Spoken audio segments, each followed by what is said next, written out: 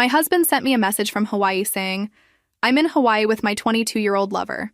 The divorce papers are on their way, and I've already emptied our joint account of $4 million.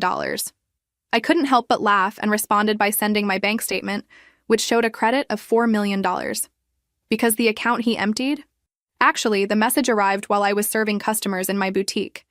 "I'm leaving you and going to Mexico City with my 21-year-old girlfriend. I've already emptied our joint account." My hand didn't even tremble while I read it. My voice remained steady while I helped Ms. Teresa choose a scarf. The only sign that my husband, with whom I had been for 13 years, had just broken up with me via text message, was a slight narrowing of my eyes. I waited until Ms. Teresa left with her purchase wrapped in our traditional silver paper, and only then typed my response.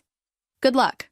My name is Carla, I'm 39 years old, and today I received the coldest goodbye of my life." But while Armando probably felt like the king of drama, thinking I would be in tears over the betrayal, I simply calmly closed my boutique for the day. The signs had all been there for months. The late nights at work that didn't match his salary. The new passwords on his phone. Out of nowhere. The way he started going to the gym every day. Buying new clothes. Trying to look younger. I paused the video to say that part 2 is on the Reddit channel. Let's go back to my story 4 months ago. I found a receipt from a fancy restaurant for 2 people. On the very night he said he was working overtime. That same day, I opened a new account at another bank. A week later, when he came up with the idea of joining our money to make things easier, I just smiled and said, "Sure." Meanwhile, I was transferring my personal savings to this new account. The joint account he just emptied had only enough not to raise suspicion. About 3 months of regular deposits. The rest, safely in my account, along with a detailed dossier of each of his suspicious movements over the past year. My cell phone vibrated again. Don't even think about begging. "Lauren and I are leaving tomorrow. I'll send someone to pick up my things later." Lauren, the new receptionist at his office. I met her at the company's end-of-year party. I saw how she laughed at Armando's jokes, how she touched his arm thinking no one was watching. Young enough to be his daughter. She responded. "Let him think he won the first round." Another message. From Armando. In Mexico City. Let him enjoy the little show while he can. Another smart decision. Armando was so different back then. Before the midlife crisis transformed him into a walking meme. Today he wears shirts too tight for his already somewhat soft body. He desperately tries to fit in with younger colleagues at work, using slang that sounds ridiculous coming from a 46-year-old man. The phone kept vibrating. More messages, each one more arrogant than the last. "I've been planning this for months. Lauren understands me like you never could. You'll be fine. Maybe you'll even find someone your own age. I already told my family. They support me. We grew apart. It's really no one's fault." I took screenshots of all the messages and saved them in my evidence folder. I let him keep talking. My lawyer is going to love this material. The confession that he planned everything. That foolish pride in having emptied our account. But it was the last message that really caught my attention. "By the way, I used our joint card to pay for our tickets. And the hotel? Consider it my parting gift." "Oh, perfect." I called the bank right away. "Mrs. Gutierrez speaking. I need to report fraud and cancel a card immediately." "Of course, ma'am. Can you tell me which charges?" 3 first-class tickets to New York purchased today. A stay at the Royal Palm Hotel. "And I also want to remove my husband as an authorized user. Do you have proof of the fraud?" "Yes. I have text messages from my husband admitting he used our joint card to book a trip with his lover after emptying our account. I can forward them." The attendant maintained a professional tone, but you could hear a hint of satisfaction in her voice when she confirmed the cancellation of the purchases. The next day, Armando and Lauren would arrive at the airport only to discover that the tickets were worthless. The hotel reservation, canceled. My phone vibrated again. "Don't worry about the house. Worry. You can stay there until you find a smaller place." I laughed out loud. Did he really think he had any right to my grandmother's house? Had his ego inflated so much that he forgot whose name was on the deed? "I know the store means a lot to you. We can reach a fair agreement for your part." My part of my store? The one that I created, that I funded while he complained about my overtime hours and said it was just a hobby. I poured myself a glass of wine. The one I had been saving for a special occasion. And this certainly counted. Tomorrow, Armando would get a lesson about property laws and separate assets. But tonight, I just wanted to enjoy the silence and start planning my next chapter. The next morning, my phone started popping with angry messages. "What the hell did you do with the card? The airline won't let us board. The hotel canceled the reservation." Answer me. I put my phone on silent and went straight to my boutique. I arrived, as always, 15 minutes before opening. I turned on the lights, started the coffee maker, opened the display windows, and took a deep breath. I was calm, serene even, considering that my now ex-husband thought he had left me devastated. It was curious. He really believed I wouldn't see this coming. That I, Carla, with whom he had lived for 13 years, would swallow it all silently. Idiot. As soon as I prepared my coffee, I sent a short message to the person I knew would change the course of this story. Dr. Beatriz Vasconcelos, attorney specializing in property law, cold, practical, surgical. The answer came in 3 minutes. Bring everything. This afternoon. Without fail. I closed the boutique early. I put in my bag the black folder that I had been discreetly feeding for months. Every screenshot, every statement, every suspicious note, every card receipt that didn't match what he said he was doing. I had everything. And most importantly, he had left evidence of his own free will. I arrived at Dr. Beatriz's office with my head held high. She didn't smile, didn't praise my courage. She just took the folder, read in silence, and at the end said, "This here is a massacre." I signed the power of attorney. Why? I handed everything over. And I made it clear. I don't want a settlement. I want justice. And I want him to taste his own poison, drop by drop. 3 days later, Armando was officially notified. Litigious divorce, allegations of infidelity, misuse of common assets, fraud, abandonment of home, all with evidence. He responded as I expected, trying to play the victim. You're overreacting. It wasn't supposed to be like this. Lauren manipulated me. I was confused. We could resolve this peacefully. Resolved? Peacefully? After a message in the middle of my workday saying he emptied the account and went to Hawaii with his mistress? It was at that moment that I understood. The man had no shame, let alone character. 2 weeks later, Armando had his first real surprise. He discovered that the house he said he would let me stay in until I found something smaller was in my grandmother's name. And more, left to me in a will with a clause of intransferability and exclusive use. The second surprise came at the notary's office when he tried to question the boutique. He claimed that he helped, that he packed boxes, that he gave suggestions. Beatrice simply opened the records. Business registration in my name, lease agreement in my name, invoices, bank registrations, accounting, taxes paid, everything, absolutely everything in my name. You are not listed as a partner, sir. There is no contractual or employment relationship. But I helped, he insisted, his voice already faltering. Informal help does not constitute property rights, Mr. Armando, Beatriz replied, as dry as a razor. He lost it. He hit the table, spoke loudly, tried to accuse me of being calculating, that I was destroying his life out of revenge. And for the first time, I looked him in the eyes and responded, "Revenge is sending a message from Hawaii saying you're with a 22-year-old girl after stealing the joint account. What I'm doing is called justice. And the best part? With class." He got up and left, slamming the door. The last image I had was of him outside, in the hallway, yelling on his cell phone, probably trying to convince someone that he was the victim. Turns out, this time, no one was on his side. And me? I was just beginning to return everything he tried to take from me. The most interesting part of well-executed revenge is the desperation that comes afterward. And that's exactly what I watched, from the best seat in the house in the days that followed. Armando couldn't bear the idea of losing control of the narrative. After all, for him, it was always more important to seem right than to be right. So, like the good narcissist that he is, he went to where he feels most powerful, the internet. Suddenly, posts appeared on Facebook with our old photos, captioned with phrases like, 13 years thrown away, and I no longer recognize the woman I married. On Instagram, he opened a new public profile with a bio that said, "Father, man of principles, victim of a broken heart." He just forgot to put a donation link in the bio.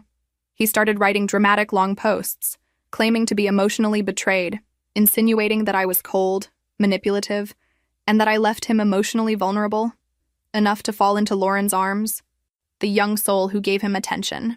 He shared all this in city groups. Yes, groups.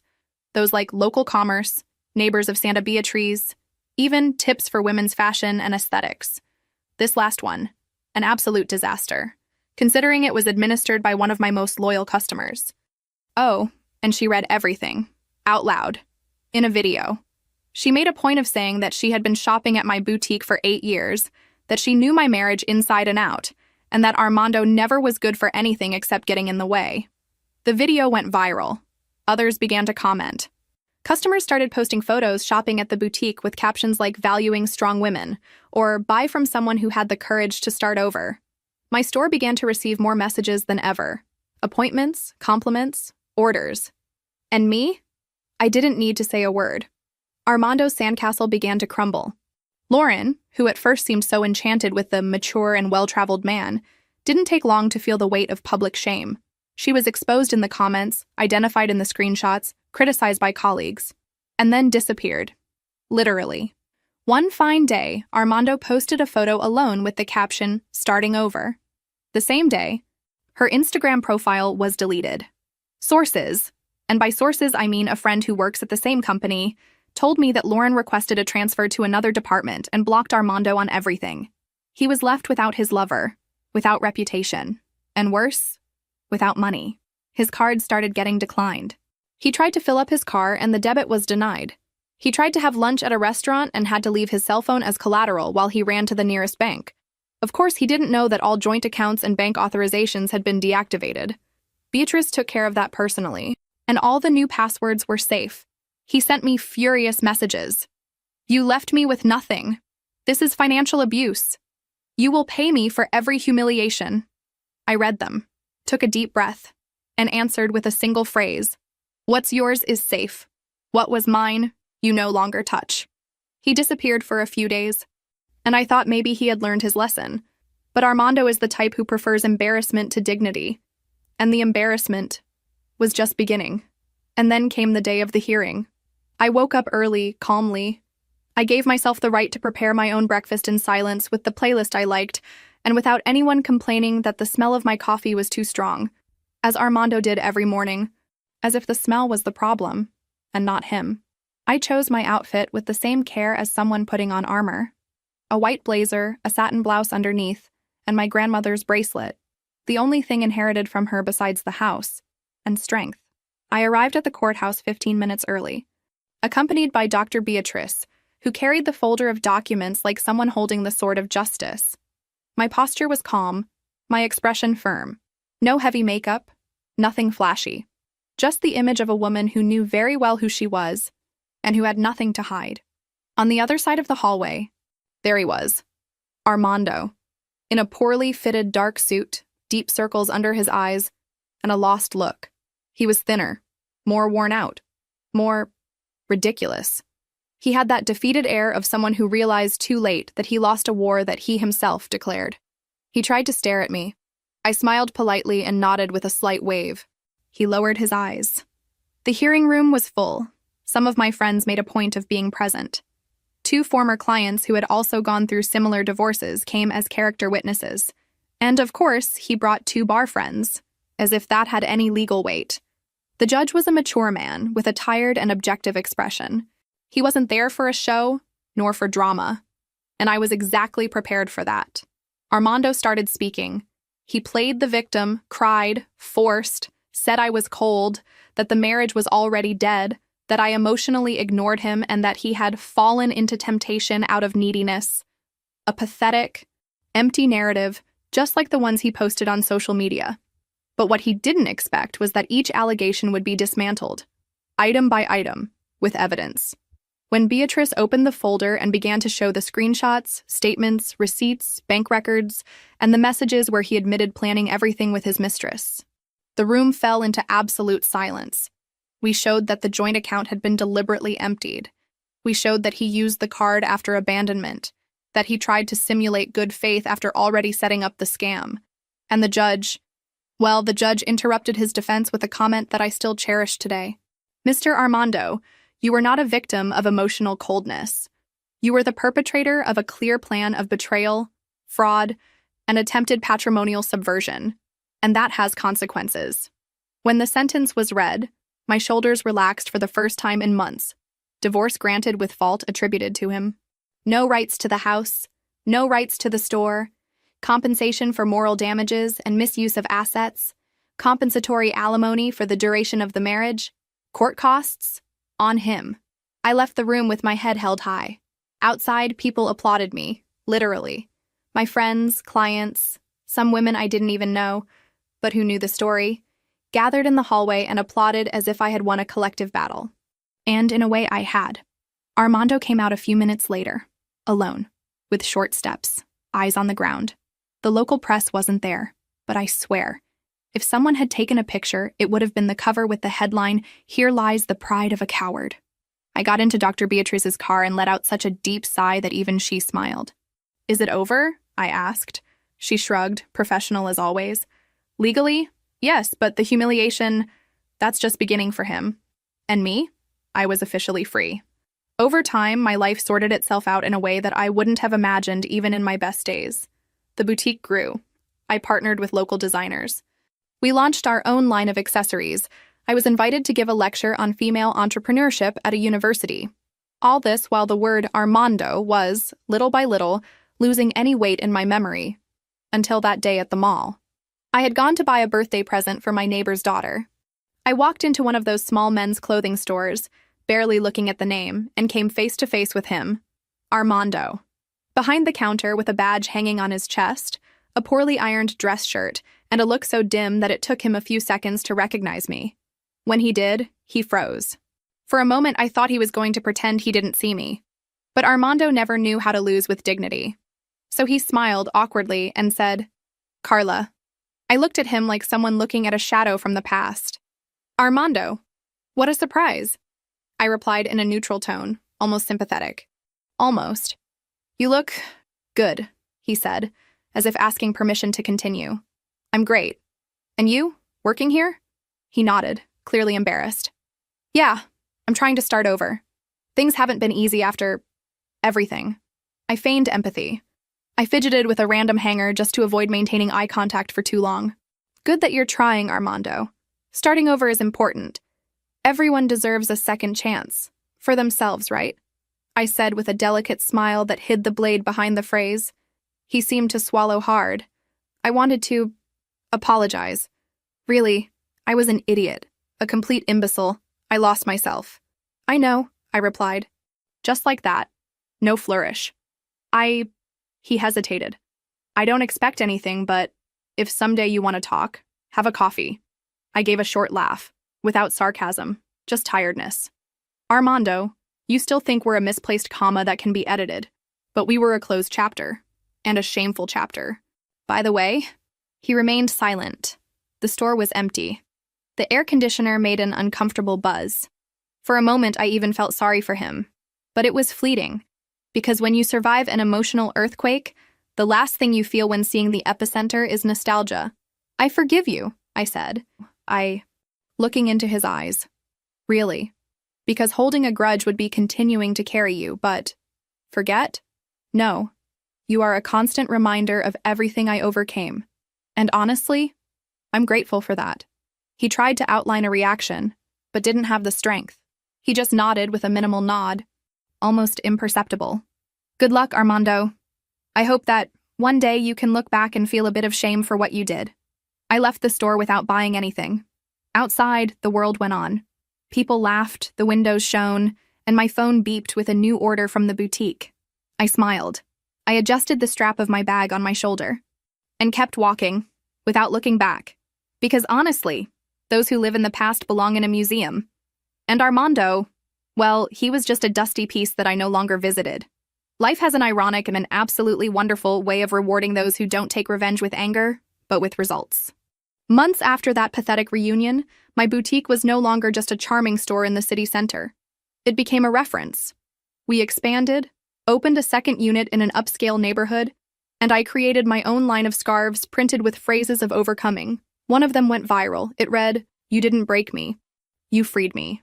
I started receiving invitations to events, fairs, interviews.